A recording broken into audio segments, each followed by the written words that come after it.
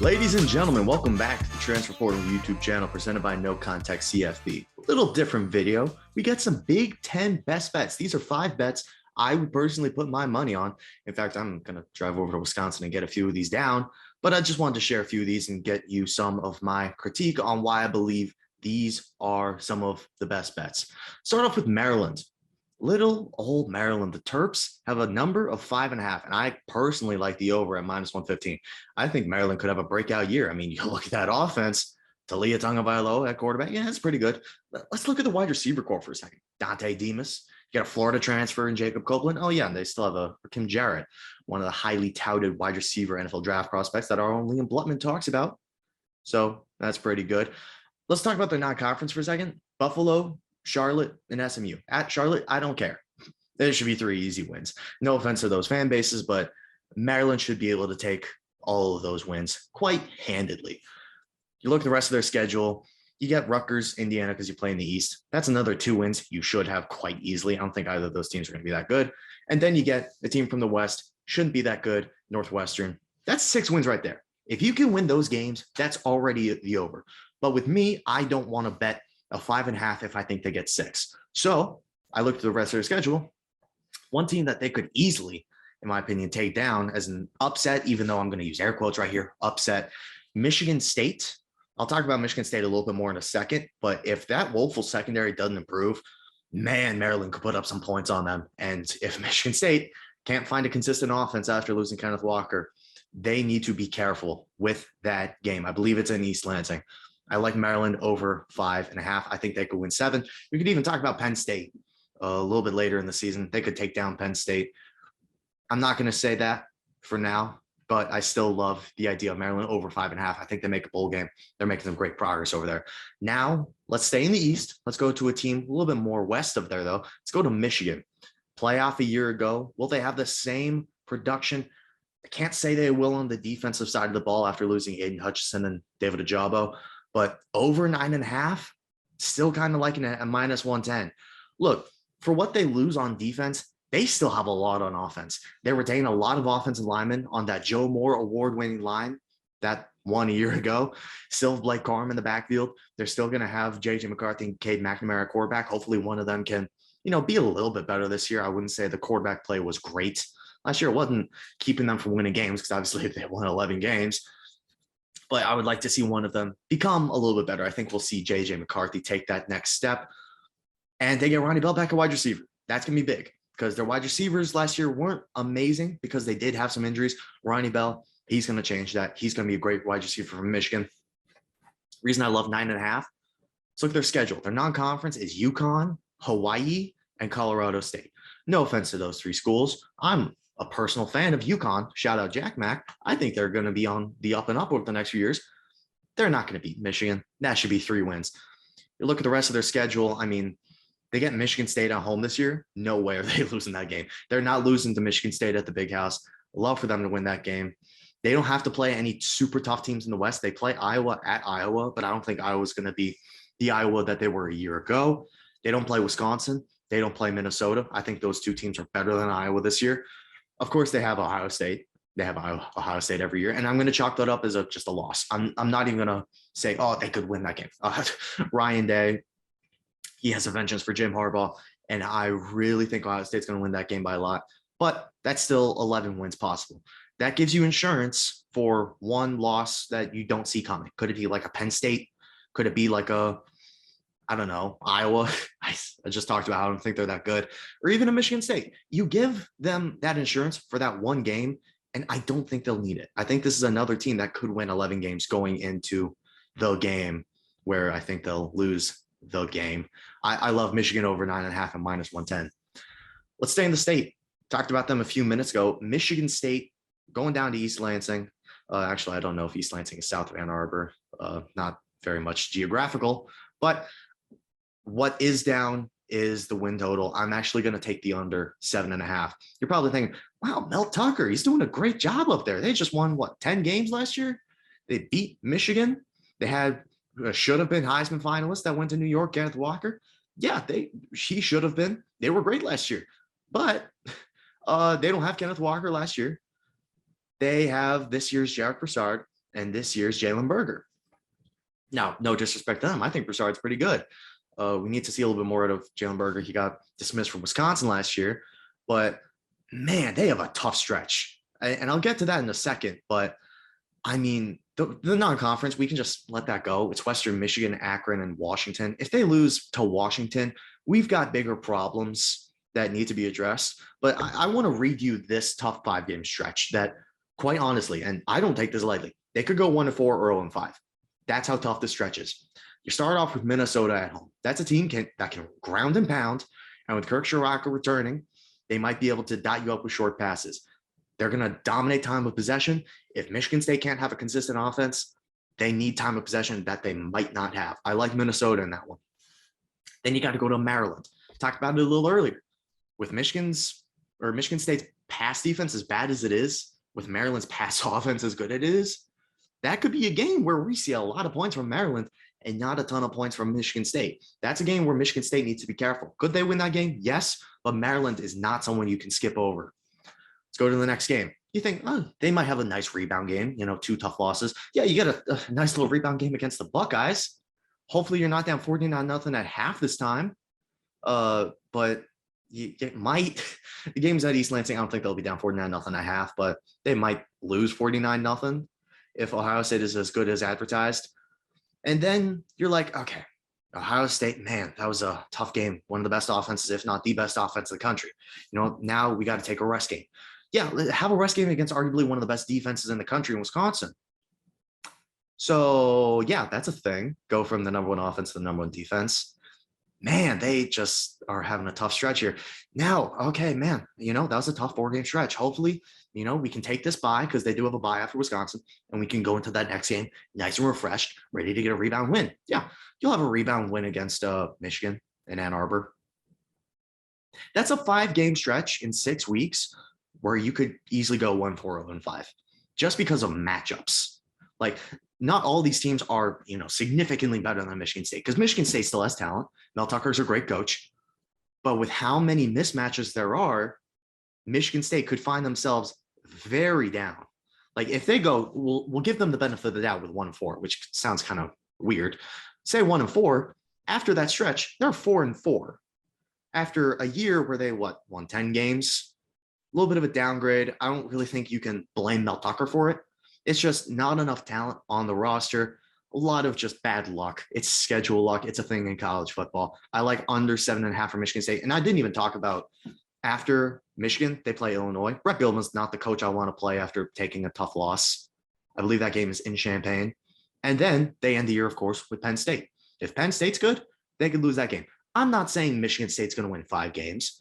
I'm saying that if they only win 6 or 7, don't be the most surprised. It's a tough schedule. If they win more than 7, I would be pretty shocked. But, all props to Mel Tucker. I just think the schedule's a little too tough for Michigan State this year. Let's go to Ohio State. Ohio State, I'll give you the number. It's 10.5. But I'll also give you the odds. The odds are minus 220. They're minus 220 for a reason. I'm not saying this is you have to hit this, you have to hit this. Nothing is ever a guarantee. But Ohio State over 10.5, I like a lot, even though it is minus 220. They have 3 games that are tough. They have Notre Dame to begin the year, but Marcus Freeman is an unknown. I mean, they've coached 1 game at Notre Dame, and it was against Oklahoma State and Spencer Sanders, in which they let Spencer Sanders come back. And for those who don't know, Spencer Sanders is not that good. And then they have the number 1 defense in the country, in my opinion, Wisconsin. If Wisconsin doesn't have a consistent passing attack, they don't stand a chance. And let's remember who their quarterback is. It's Graham Mertz. Graham Mertz. He is awful. I don't think they'll be able to string together a consistent pass attack. And then, of course, the game, which is at the shoe this year, Michigan. I love Ohio State over 10.5. I understand. Oh, of course you love over 10.5. It's minus 220. Everyone's going to love it.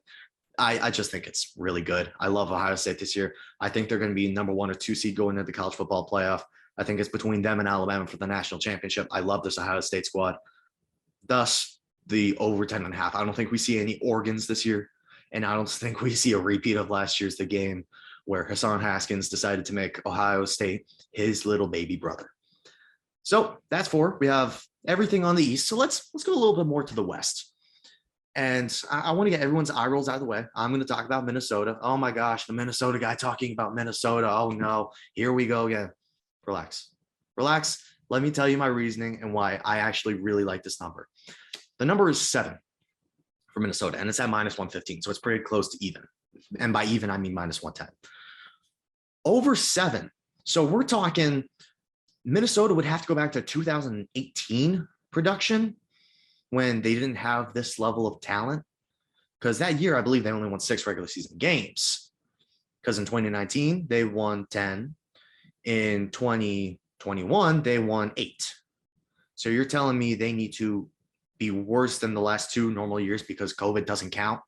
COVID doesn't mean anything for college football sake.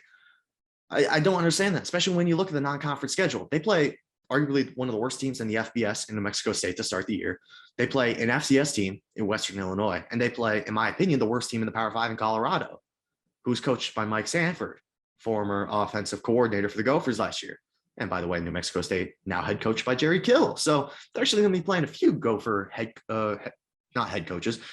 past Gopher coaches. So that's a little interesting. Hopefully a little revenge for the Gophers to say, hey, you know, Jerry Kill, we loved you when you were here. We wish we didn't end on the terms we did.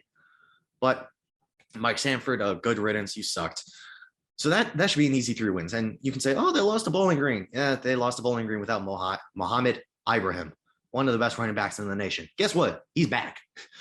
The amount of Mohammed Ibrahim disrespect I've seen this year, it's just recency bias. They forgot that in 2.5 quarters, he ran for 160 on Ohio State. And that he's willing to do that on any defense. I don't think that's going to be much of a problem against those 3 teams. After that, you go to play Michigan State. I talked about that game a little bit earlier. I like Minnesota in that game. I think just the defense of Michigan State's going to be tired because of how much Minnesota can hold the ball. And especially with Kirk Shiraka coming, it's going to be able to open up more underrated talent like Dalen Wright at wide receiver, Brevin Spanford, who I think is one of the most underrated tight ends in the country, 6'7", 270, great receiver, good blocker, athleticism like a dang running back. Love him as a tight end. I think he's an underrated NFL draft prospect on that little tangent. But the rest of the schedule for Minnesota, if we say they win, we'll say 4 of those games because I honestly do think they'll beat Michigan State. You play a team in Purdue for your homecoming. Purdue is just a team that Minnesota hasn't really lost to that much since PJ Fleck has been there. I mean, no disrespect to Jeff Brom because he's doing a great job with Purdue. They're getting, a good amount of talent. Aidan O'Connell's probably the best quarterback.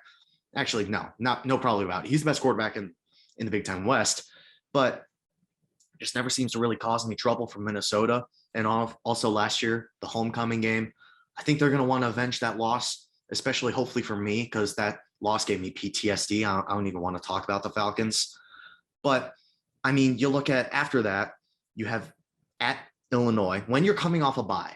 After the Purdue game, you have a bye, then you have Illinois. Brett Bielema has never lost to the Gophers.